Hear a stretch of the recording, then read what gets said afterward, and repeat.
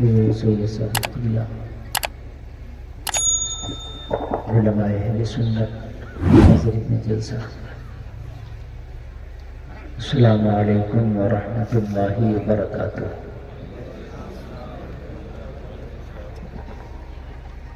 الحمد للہ رب العالمین والعاقبۃ للمتقین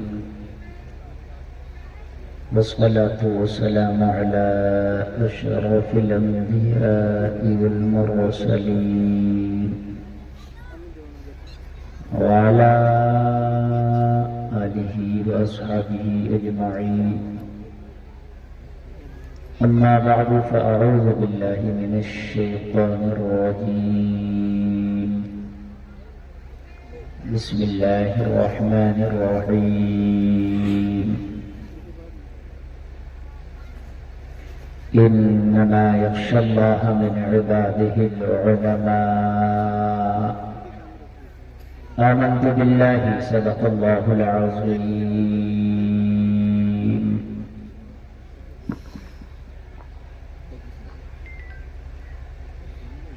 بارگاہ رسالت میں پورا مجمع جھوم جھوم کر ہدیہ درود پیش کرے، پڑھیں اللہم صلی علی سیدنا مولانا محمد سلام علیکم یا رسول اللہ صلی اللہ علیہ وسلم، صلو علیہ صلاۃ و سلام علیک یا رسول اللہ صلی اللہ تعالی علیہ وسلم۔ سب لوگ کلمہ شریف پڑھیں، لا الہ الا اللہ محمد رسول اللہ۔ حضرات، یہ آج کا عظیم الشان پروگرام جو دستار بندی کے حسین موقع پر منعقد ہوا، حضرت علامہ مولانا علیم الدین صاحب قبلہ اور ان کے جملہ اسٹاف اور جملہ کمیٹی کے کارکنان نے بڑی محنتیں کر کے اتنا عظیم الشان جلسہ یہ منعقد کرایا اور آپ حضرات تشریف لائے۔ ماشاءاللہ دستار بندی بھی ہونا ہے، اس کو بھی آپ ملاحظہ کریں گے۔ میرے بعد ایک ثناخواں کو بھی آپ ملاحظہ کریں گے۔ بھائی عبدالقادر صاحب نے مجھے پیش کر دیا اور میں آپ کے سامنے مکمل طریقے سے اپنی گفتگو کا آغاز کر چکا ہوں۔ بہت اچھا ماحول ہے اور بہت کامیاب یہ پروگرام چل رہا ہے۔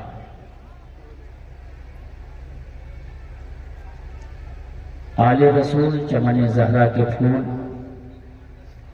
اولاد علی آپ کی نگاہوں کے سامنے جلوہ بار ہیں، جن کے رخ زیبا کی آپ زیارت فرما رہے ہیں۔ سبحان اللہ۔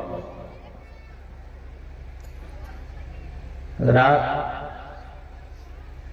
اس ٹھنڈی کی رات میں بھی جو آپ اپنے گھروں سے اپنے بستروں سے اٹھ کر یہاں آئے ہیں، یہ آنا بتا رہا ہے کہ دل میں مدینے والے مصطفیٰ کی محبت بھی زندہ ہے۔ بے شک، سبحان اللہ سبحان اللہ۔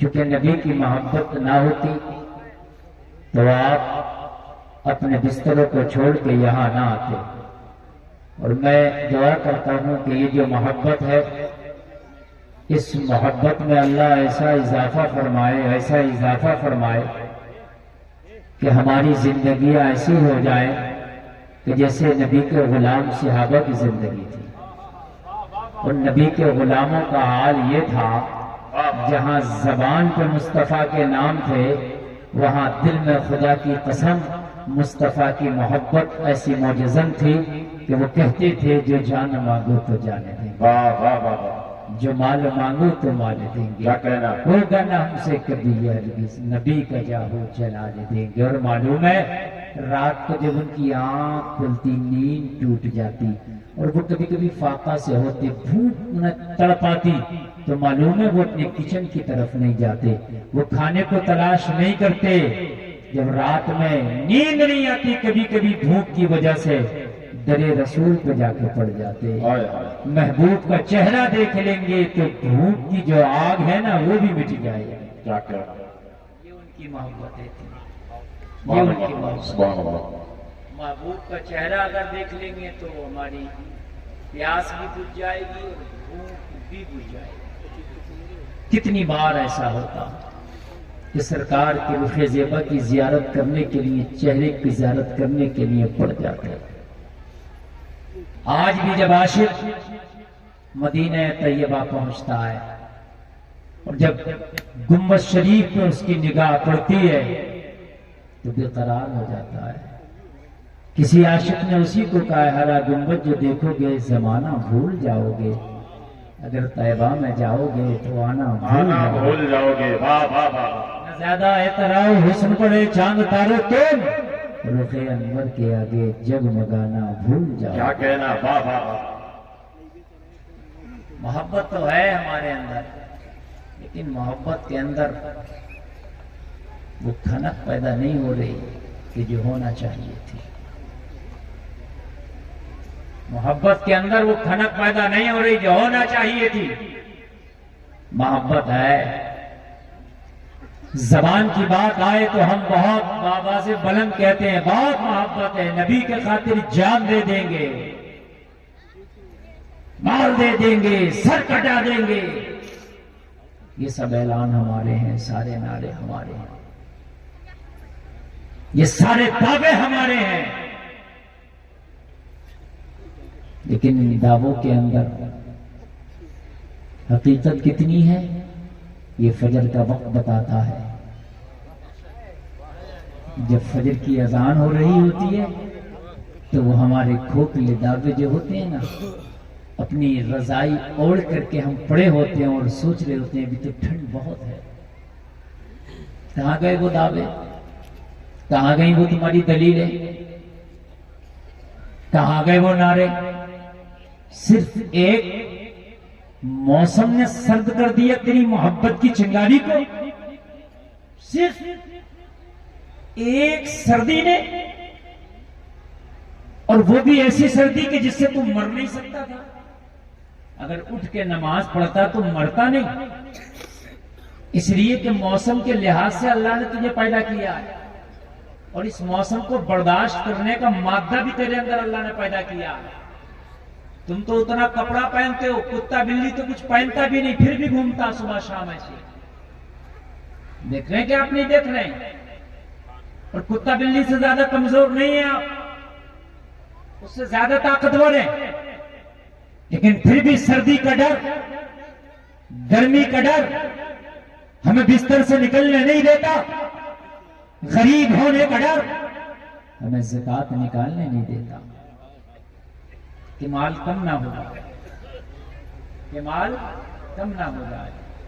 کہاں گئی محبت؟ تھوڑا آپریٹر صاحب آواز بڑھائی، اچھا چل رہا سن، بس واپسی دے دیجیے۔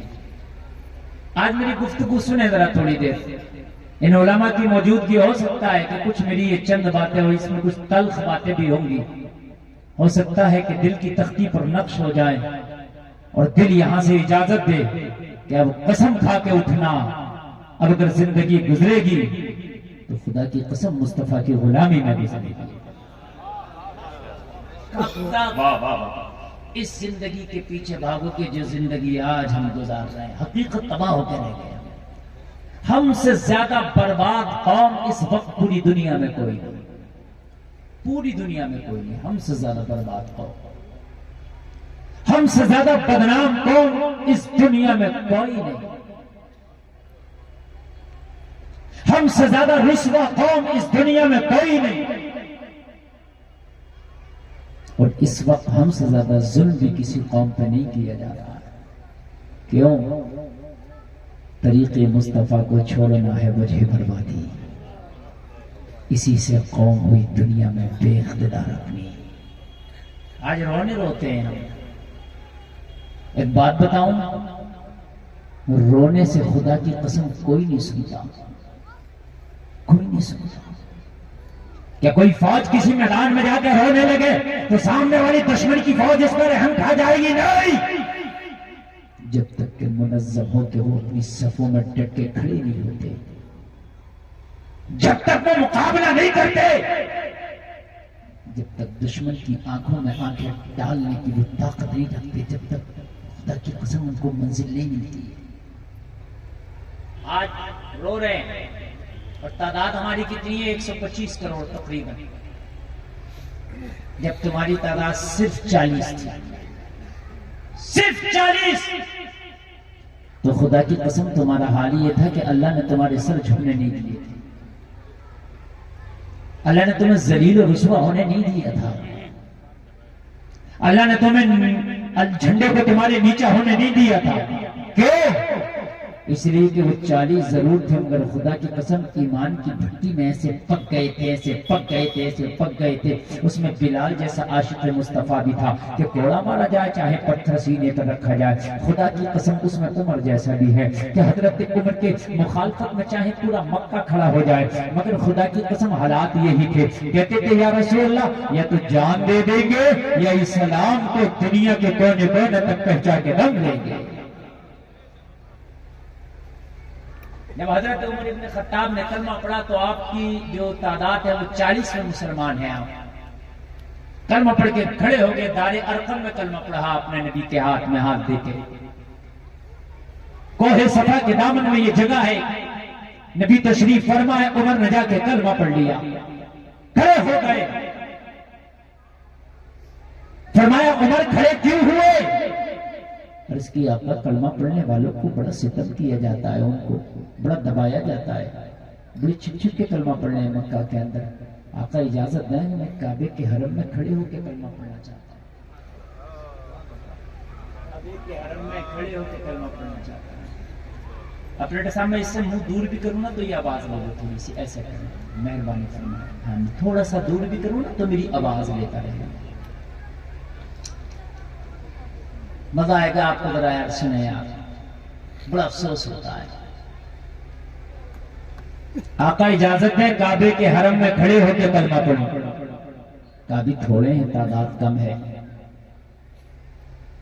کہیں ظلم و ستم نہ کیا جائے آپ پہ۔ عرض کی یا رسول اللہ اجازت تو دے، اور پھر عمر بتائے گا دبانا کس کو کہتے ہیں اور دبنا کس کو کہتے ہیں۔ یا رسول اللہ آج مکہ کو بتانا چلا دو، آج مکہ کو بتانا دو کہ کلمہ کسی ارے غیرے نے نہیں بلکہ خطاب کے بیٹے عمر نے پڑھا ہے۔ ذرا زور سے بولو، ذرا زور سے بولو، خطاب کے بیٹے عمر نے پڑھا ہے۔ آج حرم کعبہ دبا ہوگا، لوگوں ذرا غور کرو، کعبے کے حرم میں عمر ابن خطاب تشریف لائے، سر اٹھایا، اعلان کیا، او مکہ کے دہشت گردو، میں نے سنا ہے کلمہ پڑھنے والوں کو کوڑا مارا جاتا ہے، پتھر مارا جاتا ہے، گالیاں دیا جاتا ہے، آؤ خطاب کے بیٹے عمر نے کلمہ پڑھ لیا ہے، آؤ عمر کو روکو۔ مگر عمر کو روکنے سے پہلے اپنی بیویوں سے کہہ کے آنا، آج کے بعد اپنے آپ کو بیوہ سمجھنا، مقابلہ عمر سے ہے، مقابلہ عمر سے ہے۔ اور پھر پڑھا عمر نے کلمہ۔ ان علماء سے پوچھے، تاریخ میں آتا ہے کہ جب عمر نے کلمہ پڑھ لیا، جو مسلمان مکہ والوں کے ڈر سے ہجرت کر کے حبشہ چلے گئے تھے، انہیں حبشہ میں پتا چلا خطاب کے بیٹے عمر نے کلمہ پڑھ لیا۔ ابو سلمہ جیسے لوگ تو کہا چلو مکہ شریف واپس چلو۔ کہا کیوں؟ کہا جب عمر نے کلمہ پڑھ لیا ہے تو اب ٹینشن کیا ہے۔ سبحان اللہ، جب تم 40 تھے اللہ نے تمہیں جھکنے نہیں دیا، آج 125 کروڑ کا ہمارا حال یہ ہے۔ وجہ یہ ہے کہ دین سے بہت دوری ہے، بہت دوری ہے۔ کہاں ہے دینداری؟ کدھر ہے دینداری؟ مسلمان ہیں لیکن کہاں ہے مسلمانوں والے کام؟ ذرا بتائیں تو۔ ہماری شادیوں میں ایسا بھانگڑا ہوتا ہے، ایسے ناچ گانے ہوتے ہیں کہ شاید غیر بھی دیکھ کے شرماتے ہوں گے۔ ہمارے نوجوان اپنی پہچان ایسے چھپاتے ہیں کہ ان کو دیکھ کے لگتا ہی نہیں انہیں سلام کریں کہ نہیں کریں۔ نوجوانوں کا یہ حال ہے. یہ دو چار داڑھی ٹوپی والے نظر آتے ہیں بس ریلوے اسٹیشنوں پہ، ایسے لگتا ہے کہ ہندوستان سے مسلمان ہی غائب ہو گئے. پتہ ہی نہیں چلتا. تم نے اپنی پہچانوں کو چھپا کے رکھا ہے. ہماری بستی میں کوئی حرام کام ہو، کوئی برا کام ہو، کوئی ناجائز کام ہو تو ہمیں ٹینشن ہی نہیں، جبکہ اسلام کا تقاضا یہ ہے کہ کوئی شریعت کے خلاف اگر کام ہے تو ایک نمبر کا ایمان وہ ہے کہ بازو کی طاقت سے روک دے، روک دے بازو کی طاقت سے. یہ ایک نمبر کا ایمان ہے. مگر کیا سوچتے ہیں بس مولوی صاحب سے تقریر کرا دیں گے اس کے خلاف کافی. حضرت ہمارے ہاں ڈانس پارٹی بہت ہوتا ہے، شادی میں ذرا اس کے خلاف بول دو. تیرا ایمان کہاں مر گیا؟ مولوی خلاف بولے گا، ٹھیک ہے مولوی کا کام ہے بولے گا. حضرت ہمارے ہاں شرابی بہت ہے، ذرا شراب کے خلاف بول دو، ٹھیک ہے مولوی بولے گا. لیکن تیرا ایمان کہاں مر گیا؟ ارے تو بھی تو مسلمان ہے. جب تیری بستی میں ڈانس پارٹی اور ناچ گانا ڈیجا باجا کے ساتھ شادی ہوتی ہے تو اس شادی کا بائیکاٹ تو کر، اس کی بارات میں نہ جاؤ، اس کے کھانے میں شامل نہ ہو. ارے کم سے کم جو تجھ سے ہو سکتا ہے وہ تو کر دے. نہیں کرے گا. بس مولوی صاحب آپ خلاف تقریر کر دیں، بس مولوی صاحب کر دے، بس تقریر ہو گیا، تیری ذمہ داری ختم ہو گئی. اچھا مولانا نے تقریر کر بھی دی، اس کے بعد تو اتنا کر کہ اگر کسی نے ناچ گانا کیا ہے اس کے ہاں دعوت میں نہیں جاؤں گا، اس کی بارات میں نہیں جاؤں گا، اس کی دعوت کو قبول نہیں کروں گا. اور اگر کوئی شرابی ہے تو یا تو اس کی شراب چھڑاؤں گا یا اس سے رشتے داری چھوڑ دوں گا. کوئی سود دیا ہے یا تو سود چھڑاؤں گا یا رشتے داری چھوڑ دوں گا. کوئی بدعقیدہ ہے یا تو بدعقیدگی چھڑاؤں گا یا رشتے داری چھوڑ دوں گا. بس مولانا سے تقریر کرا دیا، سوچ رہا ہو گیا سب کام. بس مولانا نے کر تو دیا رہا تقریر. مولانا کتنی بھی تقریر کر دے جب تک تم عمل نہ کرو گے خدا کی قسم کچھ نہیں ہوگا. خالی تقریر کرنے سے کچھ نہیں ہے، آپ کو عمل کرنا ہے.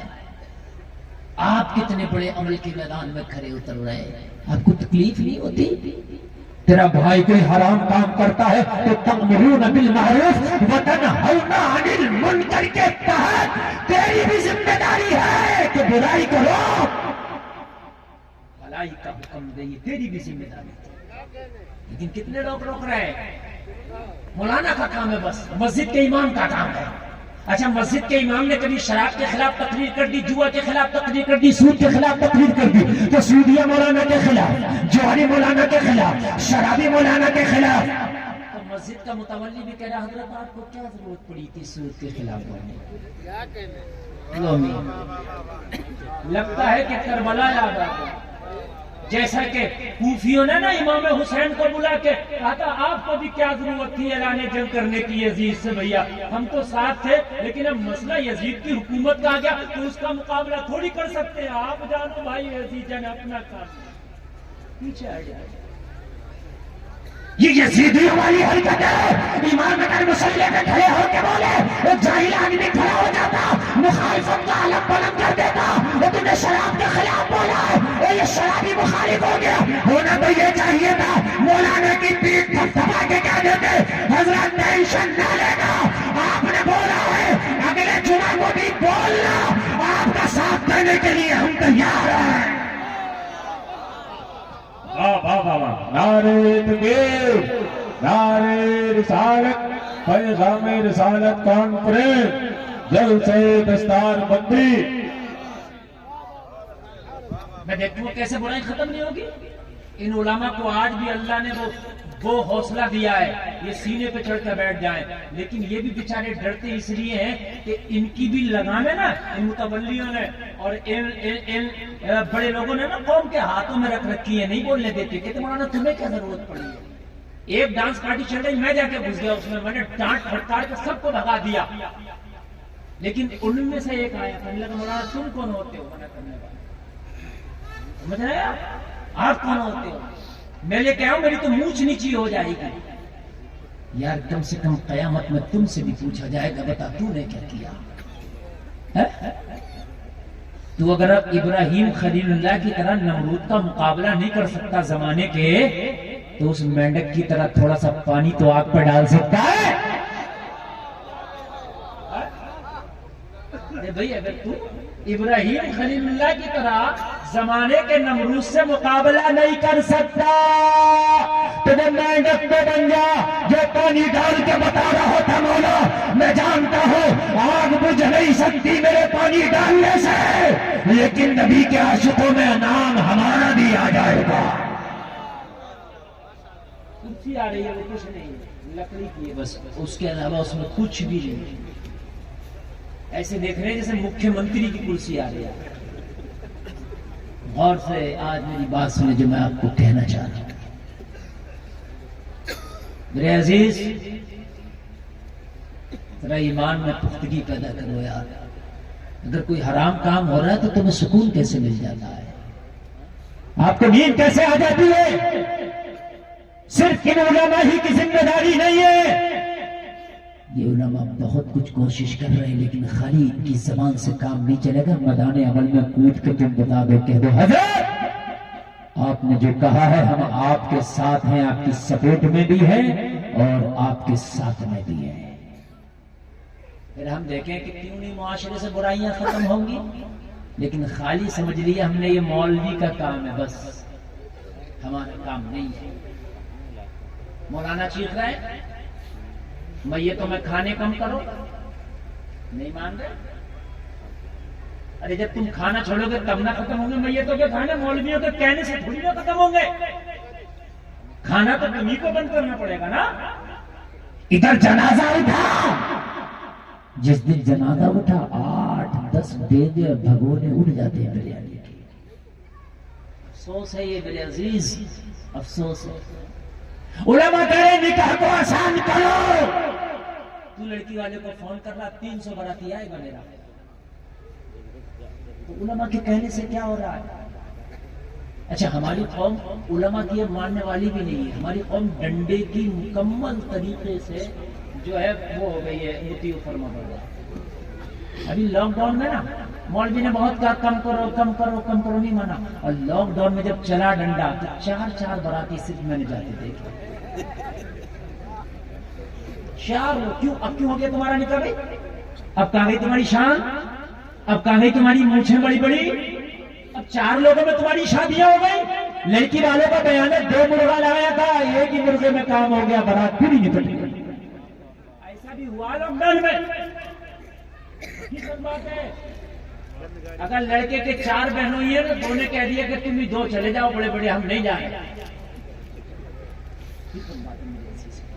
سوچنا پڑے گا کیوں ہم ڈنڈے کے عاشق ہو گئے؟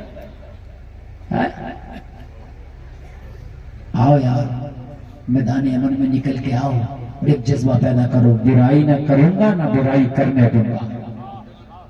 سبحان اللہ بولو، جذبہ پیدا کرو، برائی نہ کروں گا برائی نہ کرنے دوں گا۔ جلسہ میں آنے والے اگر تم نے یہی سوچ لیا کہ میں کچھ نہیں کر سکتا، لیکن جو حرام کام کرتا ہے، شریعت کے خلاف کام کرتا ہے، کم سے کم اس سے تعلقات چھوڑ دوں گا، اس سے رشتہ نہ تو توڑ دوں گا لیکن اس کے ساتھ کھڑا نہیں ہوں گا، اگر تم نے اتنا نہیں کر دیا تو خدا کی قسم اس سے بہت اثر پڑ جائے گا، معاشرے پہ بہت فرق پڑ جائے گا۔ اور اگر کوئی عالم دین حق بات کرتا ہے، کوئی مسجد کا امام حق بات کرتا ہے، اگر اس کی مخالفت ہو تو اس کے حق میں کھڑا ہو جا، اس کے ساتھ میں کھڑا ہو جا، وہ ٹینشن لینے کی ضرورت نہیں۔ آپ نے حق بات کہی ہے، آپ حق بات کہتے رہو، میں تمہارا ساتھ دیتا رہو، اور پھر تیرا ساتھ اللہ دے گا۔ تو یہ نہ سوچنا کہ پھر میرا ساتھ کون دے گا یار، پھر تیرا ساتھ اللہ دے گا۔ کون دے گا؟ ارے زور سے بولو، اللہ دے گا، ٹینشن مت لے۔ اللہ نے فرعون کو نہ چھوڑا، اللہ نے نمرود کو نہ چھوڑا، اللہ نے شداد کو نہ چھوڑا، تو اللہ چھوڑے گا کسی کو نہیں، اگر تو صحیح ہو جائے۔ جب تک تو صحیح نہیں ہوگا تو اللہ ان کی رسیوں کو ڈھیل دیتا رہے گا، ڈھیل دے گا۔ فرعون جیسا انسان خدا بنا دیا اپنے آپ کو۔ آپ کہتے ہو کیا کریں، حالات خراب ہیں، حالات بالکل بھی خراب نہیں ہے۔ یہ میرا جملہ سنو اور میں یہ بات ڈنکے کی چوٹ پر کہہ رہا ہوں۔ ہم کہہ رہے ہیں نا حالات خراب ہے، بالکل بھی خراب نہیں، جتنے حالات میرے نبی جب مکہ میں اعلان نبوت کیے تھے جب خراب تھے، اس کے مقابلہ میں 1% بھی خراب نہیں۔ جب میرے نبی نے اعلان نبوت کیا تھا، جب انا محمد رسول اللہ کا نعرہ لگایا تھا، جتنے حالات خراب تھے اس کے مقابلے 1% خراب۔ آپ کہتے ہو حالات خراب ہے، حالات خراب ہے، حالات خراب ہے، پتھر کوئی بھی نہیں مارے جا رہے ہیں تمہیں چاروں طرف سے، ابھی تو چھپ چھپ کے تم کلمہ نہیں پڑھ رہا، تم نے حالات ہی نہیں دیکھے۔ جلسے میں آنے والے سنو، جب فرعون اپنی کرسی پہ بیٹھا اس نے کہا میں خدا ہوں، مجھے سجدے کیے جائے، مجھے خدا مانا جائے، ذرا بتاؤ حالات کتنے خراب ہوں گے، کتنے خراب ہوں گے۔ لوگوں ذرا غور کرو، اس کی مخالفت جو بھی کرتا اسے تختہ دار پہ چڑھا دیا جاتا، اس کی مقابلے میں جو بھی آتا تختہ دار پہ چڑھا دیا جاتا۔ اب ذرا ایمان کے کانوں سے میری گفتگو کو سننا، مکمل طریقے سے میں آپ کا ذہن بنانا چاہتا ہوں۔ حالات خراب کہہ کے آپ بچ نہیں سکتے، حالات خراب نہیں، ہم خراب ہیں۔ ذرا ایک راستے میں آپ ہو جاؤ، محمد رسول اللہ کی سنتوں کو دامن تو تھام لے، قرآن کے بتائے ہوئے راستے میں نہ چل کے تو دکھا دے۔ تو حالات خراب کہہ رہا ہو، خدا کی قسم اگر زمانہ تیرے پیچھے پیچھے نہ آ جائے تو میرا نام بدل دینا۔ ایک بار تو آگے تو دیکھ، فرعون جیسا انسان خدائی کا دعوت کر دیا، انا ربکم الاعلی کا نعرہ لگا دیا۔ اللہ نے ٹھال لی کہ آگے تیرا وقت، آگے اب تیرا وقت۔ اس کا ایک نجومی آیا اس کے پاس جو ستارہ دیکھ کر بتاتا تھا کیا ہونے والا تیری قسمت میں۔ ستارہ بعد آ کے کہنے لگا فرعون تیری الٹی گنتی شروع ہو گئی۔ کیسے؟ ایک بچہ ہونے والا پیدا تیری حکومت میں اور وہ تیرے تخت کو الٹ دے گا، ڈبو ڈبو کے مارے گا۔ کہنے لگا بچہ، ہنسا، مجھے بچہ؟ ہاں۔ کہنے لگا تو شاہی مجنونی ہے اس لیے چھوڑ رہا ہوں، اگر تو شاہی نہ ہوتا نا میرا پرسنل تجھ ہی کو مروا دیتا۔ دیکھ میں کتنا پاور والا ہوں، بچہ آئے گا نہتم اس سے مقابلہ کرے گا۔ مگر جلسہ میں آنے والوں قال كذلك الله يفعل ما يشاء، اللہ ایسے کرتا جو چاہتا ہے، اللہ ایسے کرتا جو چاہتا ہے۔ لیکن تھوڑا سا اسے بات کو بھروسہ بھی ہوا کہ یار چلو قدم اٹھا لیا جائے، احتیاطی تدابیر اختیار کر لی جائے۔ یہ کہہ رہا ہے تو اس نے اپنے سارے ادھیکاریوں کو بلایا، میٹنگ لی تتکال میں، اور میٹنگ لے کے کہا میری حکومت اور ریاست میں جتنا بھی بچہ ہے سب کو قتل کر دیا جائے۔ قتل کرا دیا، بلایا ستارہ باز کو، ٹھیک ہے خطرے سے باہر ہونا آپ؟ کہنے لگا خطرہ ٹلا نہیں ہے، ابھی ہے۔ کہنے لگا تو کہہ رہا بچے سے خطرہ، بچے کو مروا دیا، اب کہاں سے خطرہ؟ کہا جس سے خطرہ تھا وہ مر ہی نہیں پایا ہے، زندہ ہے۔ کہا کہاں ہے؟ کہا بادشاہ تو ہے، تو ڈھونڈ وہ کہاں ہے، میرا کام بتانا ہے، میں نے بتا دیا، اور تو دیکھنا وہ کہاں ہے، تیری پاور دیکھنا، تیری خفیہ ایجنسیاں دیکھنا۔ بوکھلا گیا۔ اللہ دیکھیے کیا کرتا ہے، آپ گھبرا لو، حالات خراب ہے، بس ہماروں نے ایک رٹ لگا لیا، حالات خراب، ایک ٹائم کی نہیں پڑھ کے دے رہا، گھر میں بیٹیاں بے پردہ گھوم رہی ہیں، ایل سی ڈی پہ کوئی فلم نہیں چھوڑی ہے، چل نہیں رہی ہے، بچے کارٹون دیکھ رہے ہیں، قرآن کی تلاوت ہوتی نہیں، زکات دیتا نہیں، جھوٹ بہت بولتا ہے۔ حالات خراب ہے، حالات خراب ہے یا تو خود خراب ہے؟ کس سے زیادہ خراب کون ہوگا؟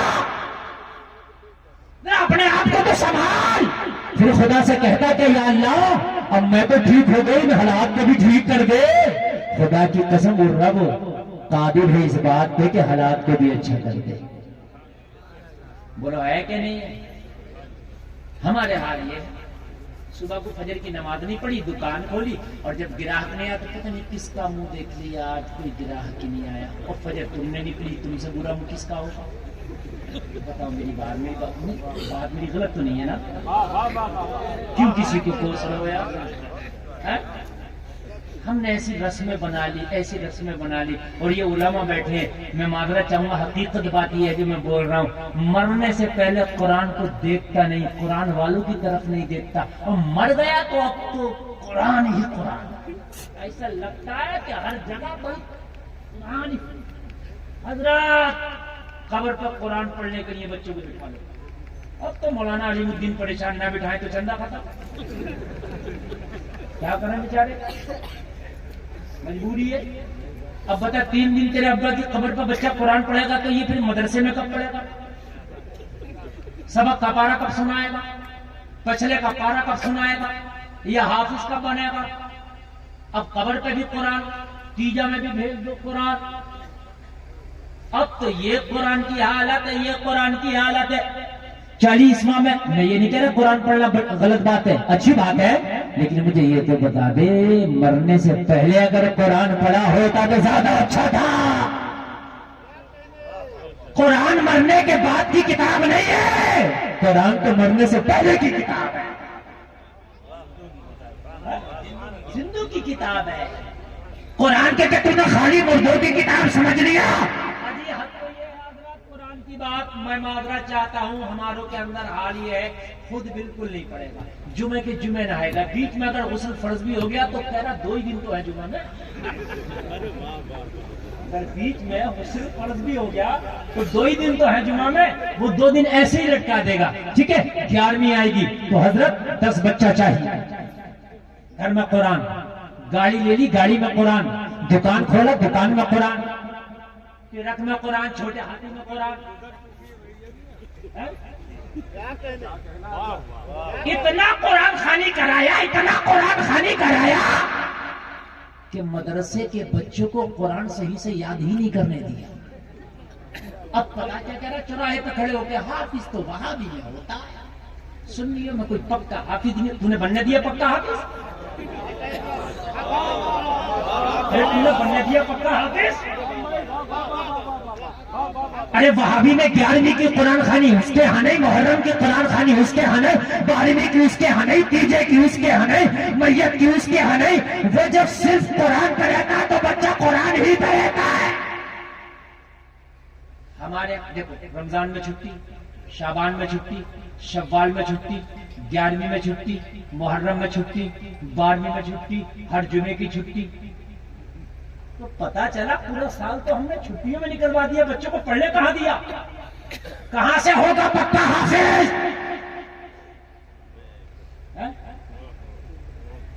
کسی کا انتقال ہو گیا, جلدی سے بازار جا کر قرآن خرید کے لگا, پیٹی مسجد میں رکھ دیا. 25 پیٹی پہلے رکھی ہے, وہ نہیں پڑھی جا رہی. 26 نے رکھ دی. ان علماء سے پوچھ کہ پیٹی رکھنا ضروری تھا؟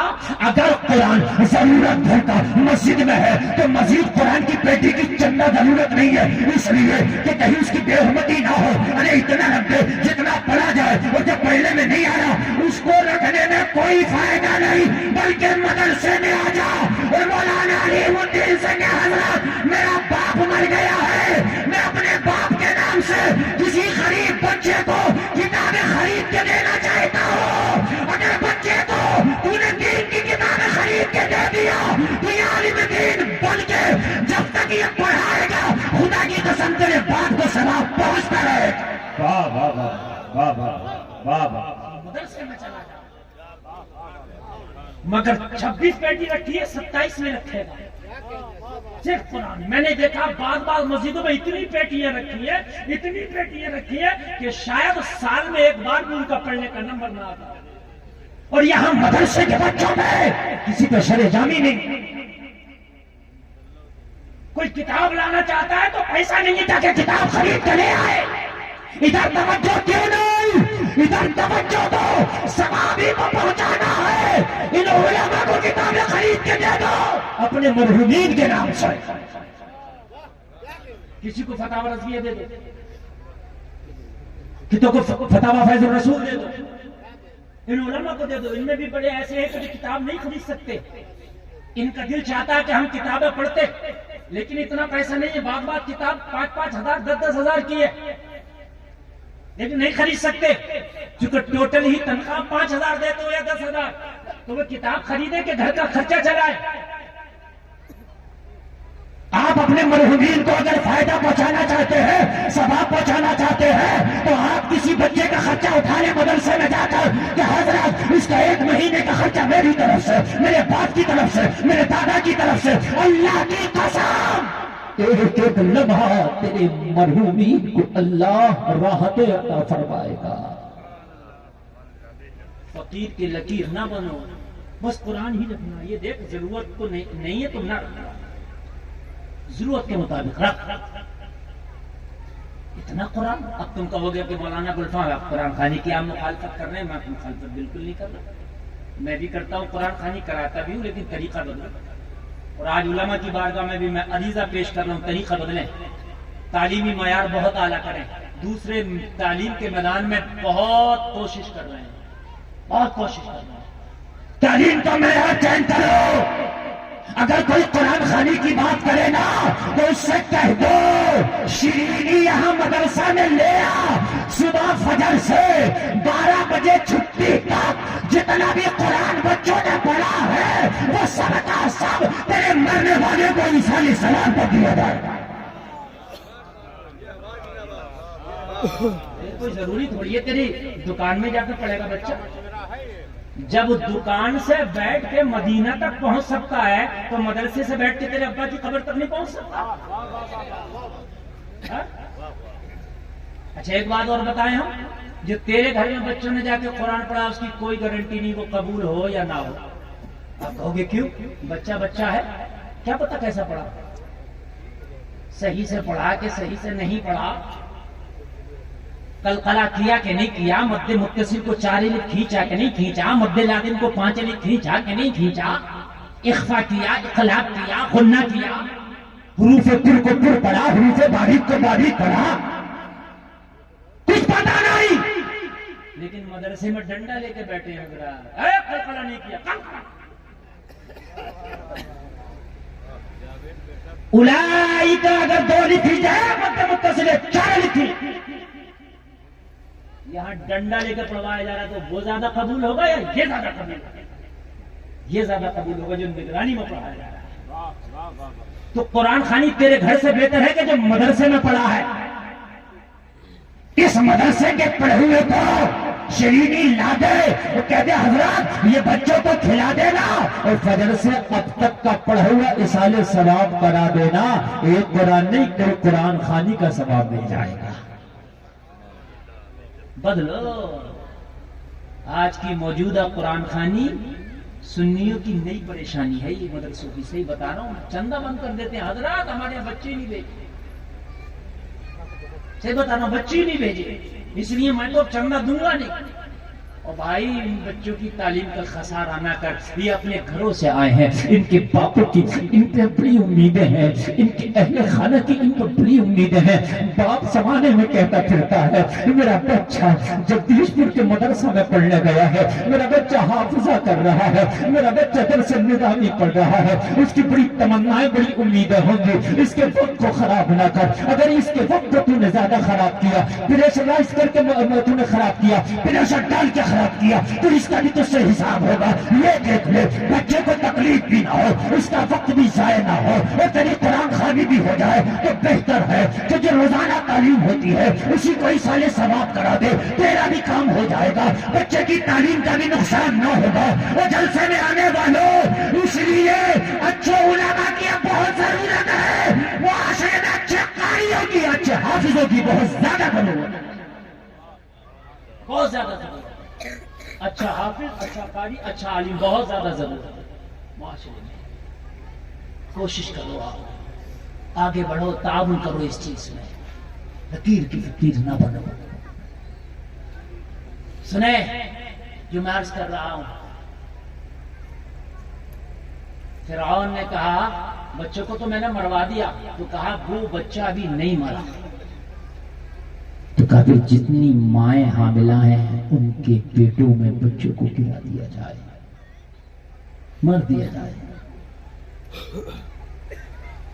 حاملہ عورت کے پیٹوں سے بچوں کو گرا دیا گیا۔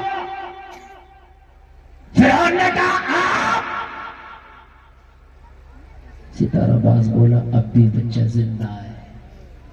ہائے ہائے، جسے اللہ رکھے اسے کون چکھے۔